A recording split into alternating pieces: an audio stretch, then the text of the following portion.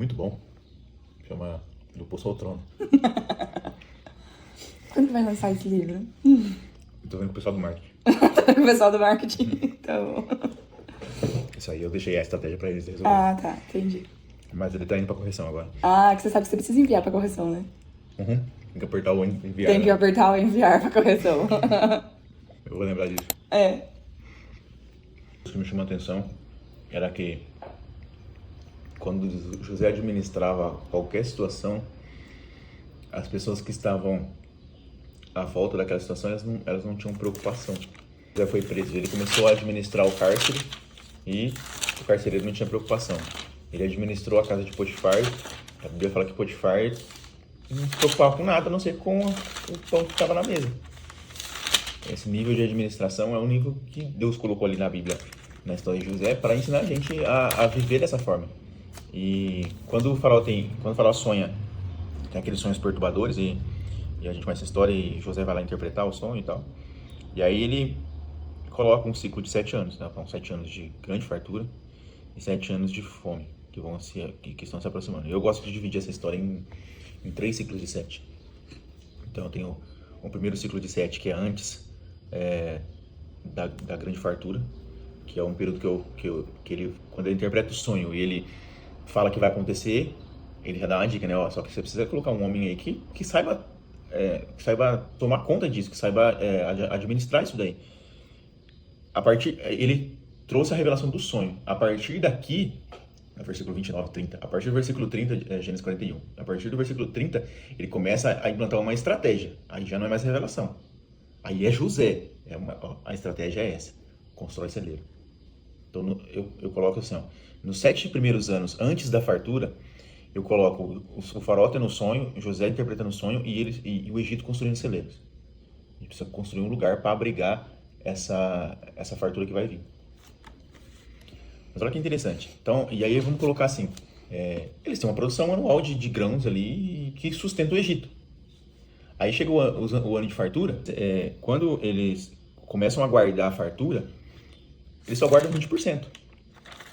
É um quinto da produção. E eles consomem o resto. Estão consumindo aí 70%, 80%. Uhum. Consumindo 80% daquilo que a terra está produzindo a mais do que vai produzir. Então é um ano de grande fartura. Só que aí, olha só que interessante, no próximo ciclo de 7 anos, que é o ciclo de fome, eles estão consumindo os 20% que eles guardaram e ainda vendendo. Então, vamos colocar que eles estão vendendo 10% daquilo daquela produção e consumindo 10%. 10% daquilo que foi guardado é o equivalente aos 100% dos 7 anos antes da grande fartura. Porque sustenta o Egito todo. E eles ainda estão vendendo. Então tem toda uma questão de logística. Porque assim, ó, o que entrou na plantação do primeiro ano não ficou guardado até o 7º ano. Isso dá bicho. Imagina se entra um caruncho lá no celeiro lá, come tudo. Então o que ele tinha que fazer? Ó, isso aqui foi o que entrou no primeiro ano. Certo? Maravilha. Tá tudo registrado aqui, são os 20% da primeira produção. Na próxima produção, o que ele faz? Ele pega esses 20%, consome e guarda 40%. Agora, em vez de guardar 20%, guarda 40%. Porque ele está guardando referente a 2 anos. E aí, no próximo ano, ele joga esses 40% para consumo e guarda 60%.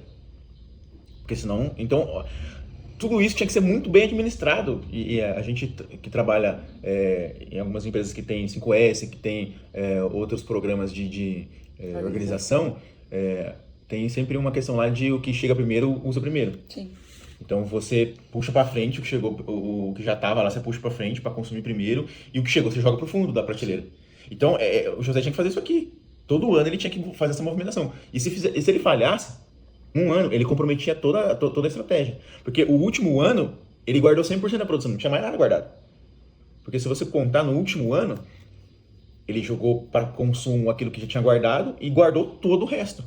Que foi a produção, 100% da produção ele guardou. E se ele tivesse falhado nisso daí, não, eu tô com dó, porque a gente vai colocar uma situação que é assim, eu mereço. Eu trabalhei tanto para deixar guardado esses 20%, eu trabalhei tanto para guardar esses 40%, eu guardei tanto para... Sim, você vai ter que viver abaixo daquilo que você pode viver. É isso que a Bíblia está ensinando aqui. Pessoal, para você construir alguma coisa para o futuro, você precisa viver abaixo daquilo que você pode. Ah, vai ser sempre assim? Talvez sim, talvez não. Mas você precisa viver abaixo daquilo que você pode para você construir o futuro. E aqui que eu gosto muito porque, assim, quando José começa a vender isso aqui, a gente tem aquela questão da oferta e da demanda. O povo começou a trazer prata, trazer bronze.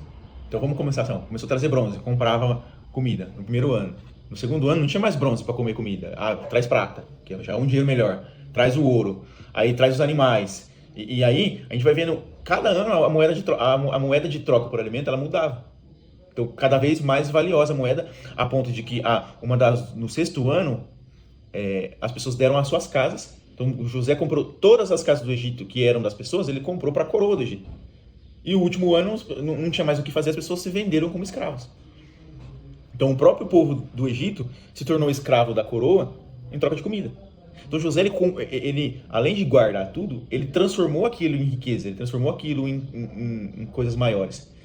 Não consumiu tudo. Então, eu gosto muito quando a Bíblia fala que Deus dá semente ao que semeia. A questão é, tipo assim, que às vezes Deus te dá a semente e tu come a semente. E aí, nesse contexto, a semente é dinheiro. Mas, porque ele dá semente ao que semeia e pão para quem come pão, para quem come o pão. Então, se ele me dá o pão, come o pão. Mas a gente quer comer o pão e quer comer a semente. E aí depois fica com cara de trouxa no final. Não tem. Não tem porque tu comeu a semente, cara. E é difícil de entender. Porque a gente não tem essa cultura de... Primeiro que a gente não tem essa cultura de guardar dinheiro. A gente entende a riqueza como algo ruim. De Faraó para baixo ali até... Na corte do Egito mesmo. Foi muito instantâneo. Faraó foi convencido, primeiro porque Faraó foi convencido só pela revelação do sonho, porque ninguém conseguiu trazer uma revelação. Quando José trouxe, a história de José no Egito já falava por si, em relação à administração. Porque assim, o que Faraó queria era uma revelação do sonho, porque ele estava perturbado com o sonho. Quando José trouxe a revelação, ele ficou mais perturbado ainda. E agora? O que a gente faz? Tem que fazer assim, assim, assim. A estratégia não veio...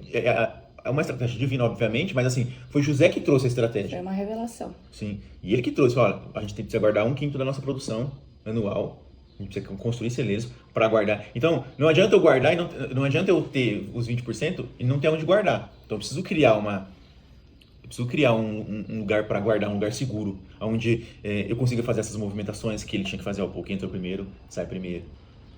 Então, o quão farto era o quão de farto era essa proporção de 20%? Porque eu penso assim, se eu estou vendendo metade daquilo que eu arrecadei, então vamos pegar no primeiro ano, eu vendi metade do que eu arrecadei, eu vendi 10%, que seria 10%, 50%.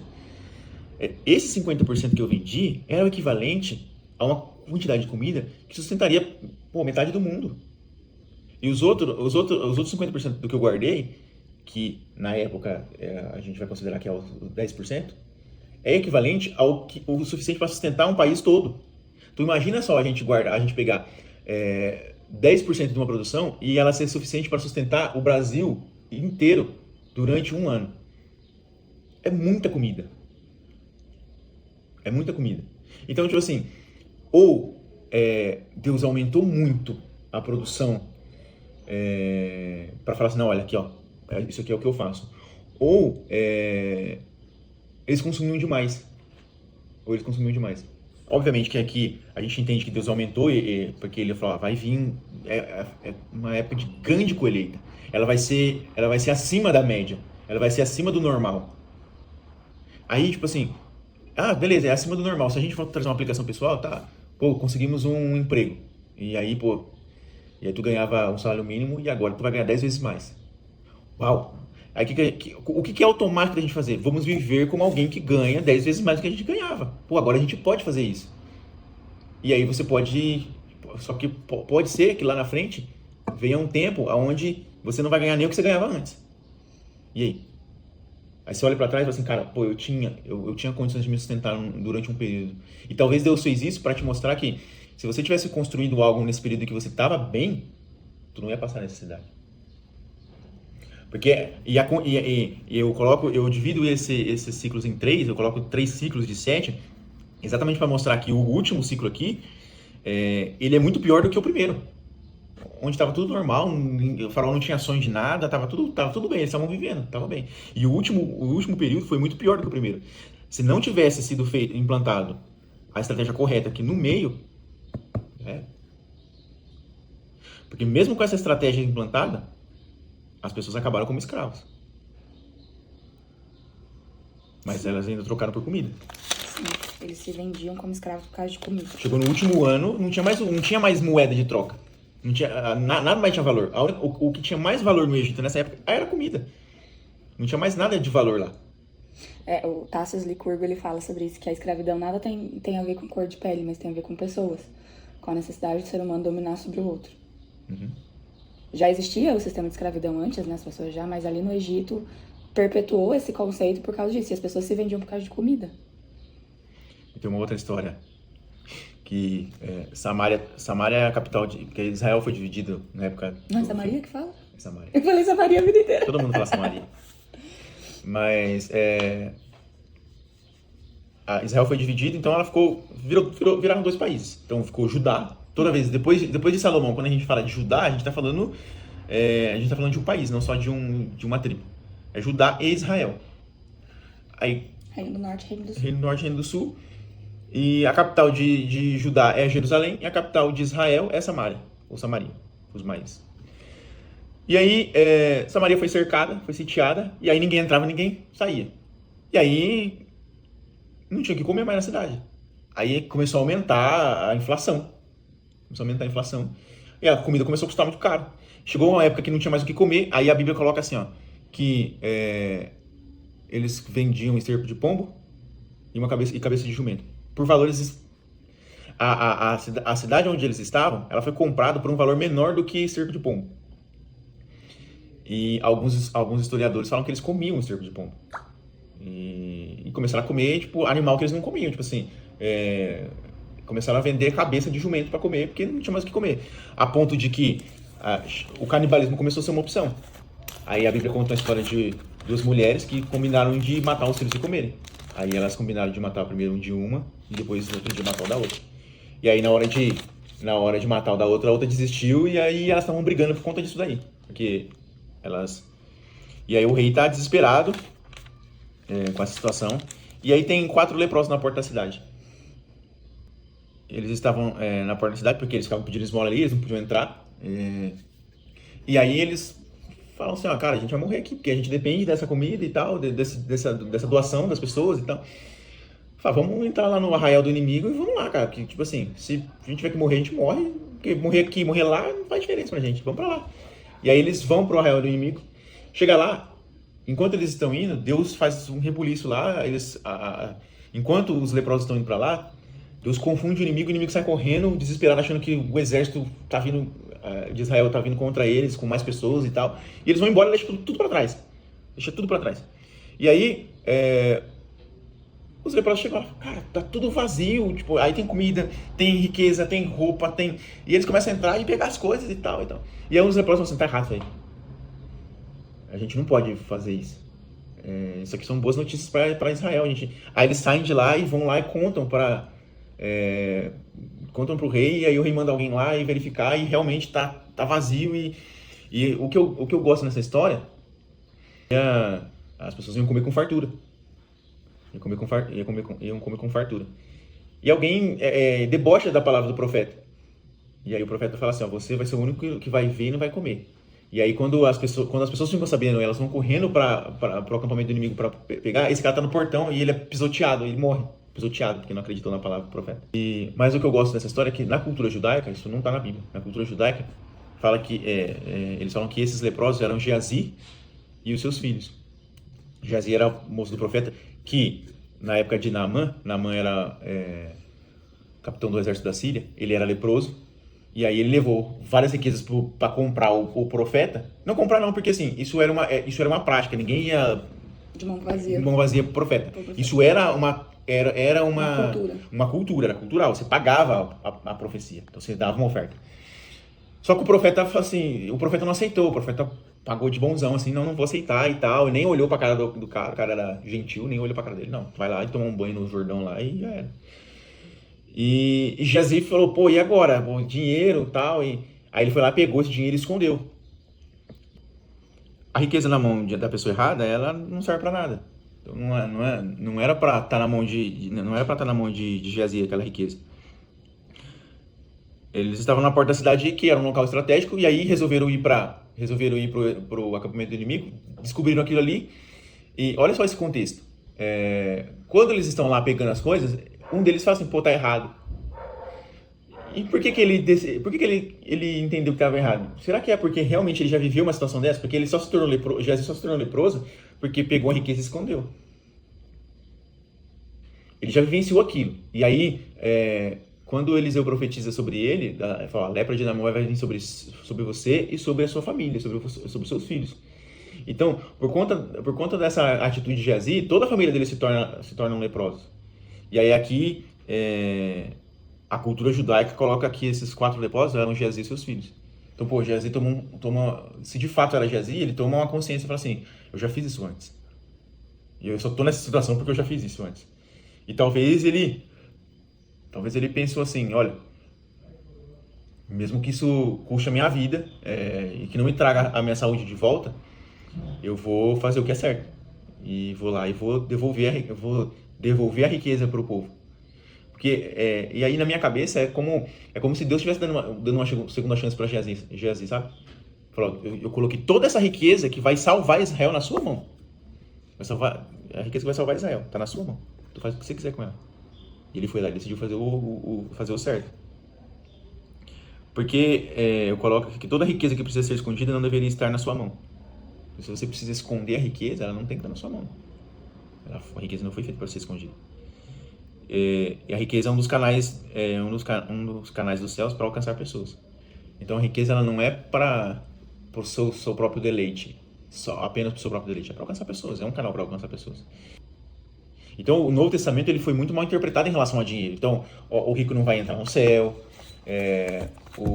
Então a gente foi meio que ensinado a odiar o dinheiro.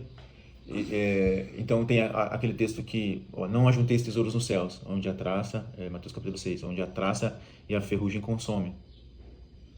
Então, não ajunte tesouro no céu. Então, beleza, então vamos viver a vida, não vamos guardar nada.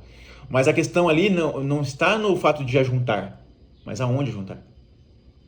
Não ajunteis tesouros nos céus, na terra, onde a traça e a ferrugem corrompem, mas ajuntem esses tesouros nos céus. Porque lá não tem traça. Então, quando fala de ajuntar no céu, fala desse tesouro estar guardado no lugar correto. Então, aos pés dos apóstolos, era um tesouro guardado no lugar correto.